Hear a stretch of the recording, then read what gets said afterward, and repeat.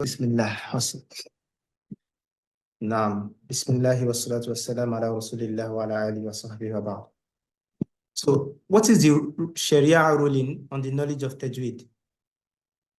There is no doubt that the position of theoretical Tajweed in Sharia is Fardu Kifaya.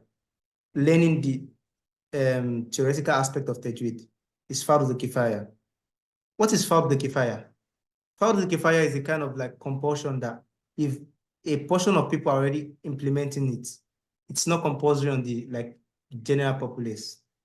Let me give you an example. What is Fardu Ain? Fardu Ain, for example, is Salah. Because some people are praying Salah to Zuhr somewhere, does not relieve you from your own obligation to pray Salah to Zuhr. Everybody has to pray Salah to Zuhr. Salah in Islam is compulsory, okay, for everybody.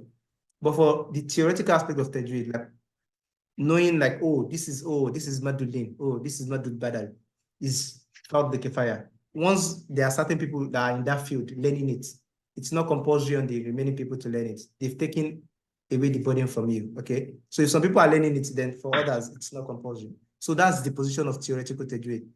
But the application of Tajweed, that is the implementation of whatever the theoretical ruling is, like reciting Quran with Tajweed, Fardu Ain is compulsory upon every Muslim. Okay, so any Muslim that is reciting the Quran, it's compulsory on him to learn how to recite the Quran with the proper Tajweed. And according to Muhammad bin Jazari, the scholar of Bin al-Jazari, Muhammad bin Jazari, the scholar of the 9th century Hijri, says in his famous poem, detailing the rules of Tajweed, and applying Tajweed is an issue of absolute necessity.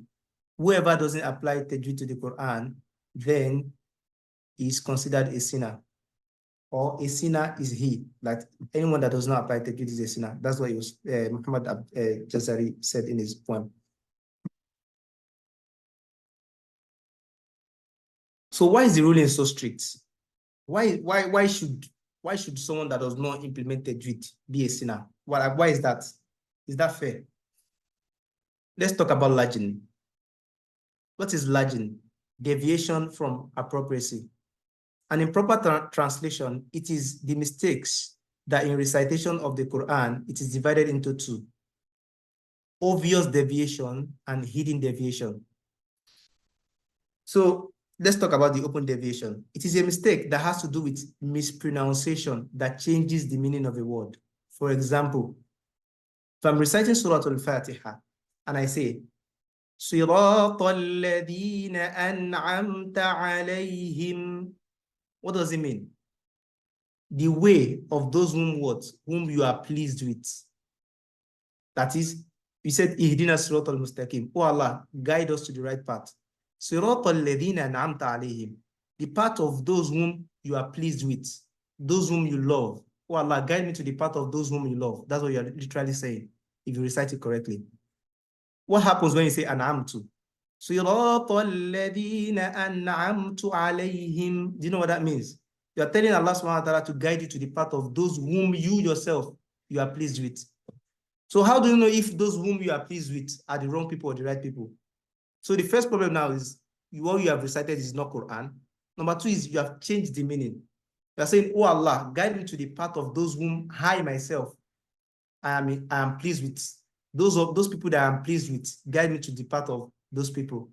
And what is actually in the Quran is what? Oh Allah, guide me to the path of those whom you, Allah, you are pleased with.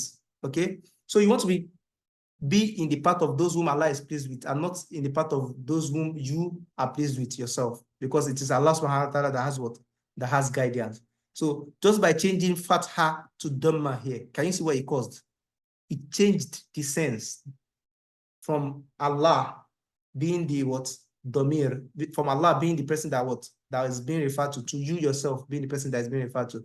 Hence, you change the meaning of An'amta alayhim to An'amtu alayhim, and then you change the meaning of the verse. And the meaning of, and what you change the meaning to is actually something dangerous. Imagine someone saying, oh Allah, guide me to the right path, the path of those whom I love.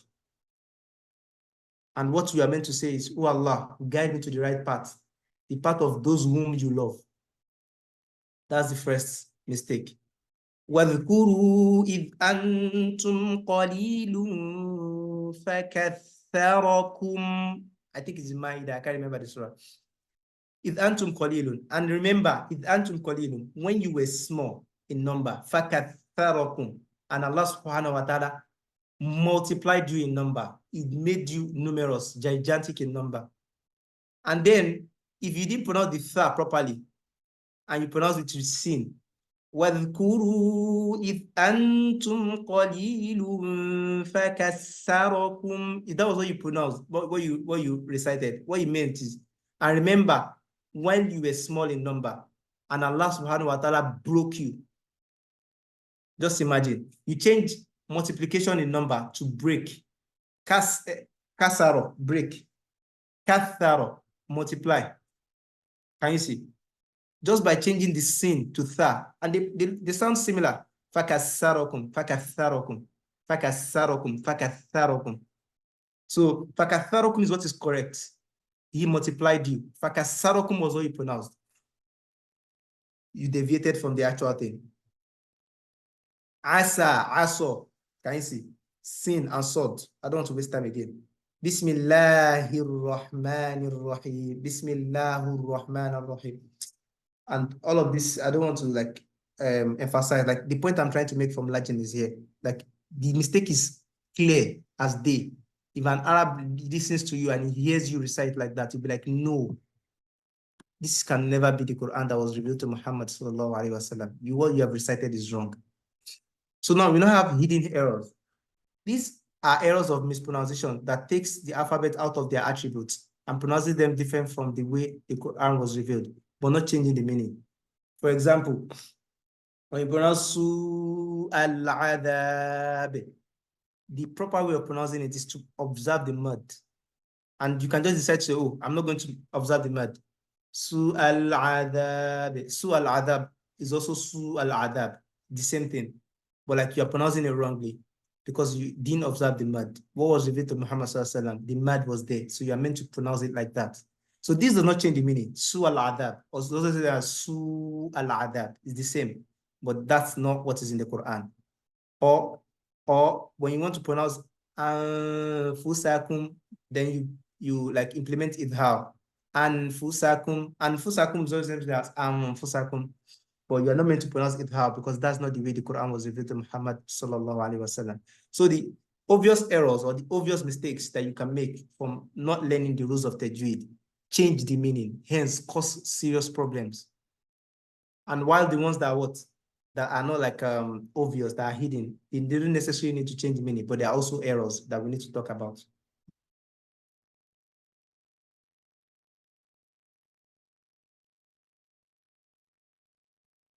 Makharij al-huruf. So abiding by the proper articulation of Tajweed is compulsory, and abstinence from implementation is haram. Like changing the ha to ho in Ar-Rahman. If you say Ar-Rahman, some people actually recite like this. So it's very, very important. Another part of that kind of mistake you can make is changing what? Changing ha and ho. Ar-Rahman, Makharij al-huruf, pronouncing the wrong alphabet. Or changing the bod to vo in Waladolin. Walavo, no. It's Waladolin with bod. Attributes of alphabet can also be classified into two. Attributes that are changing. Number one, attributes that changing it removes the alphabet from its place of articulation. These types of attributes must be aided by and must be abided by. Okay, let me start again. Attributes that changing it removes the alphabet from its place of articulation. These type of attributes must be abided by. And not doing so and deviation is haram, like doing tafkhim of sin and tarqiq of sod. Also, asa rabbukum. How is tafkhim of sin?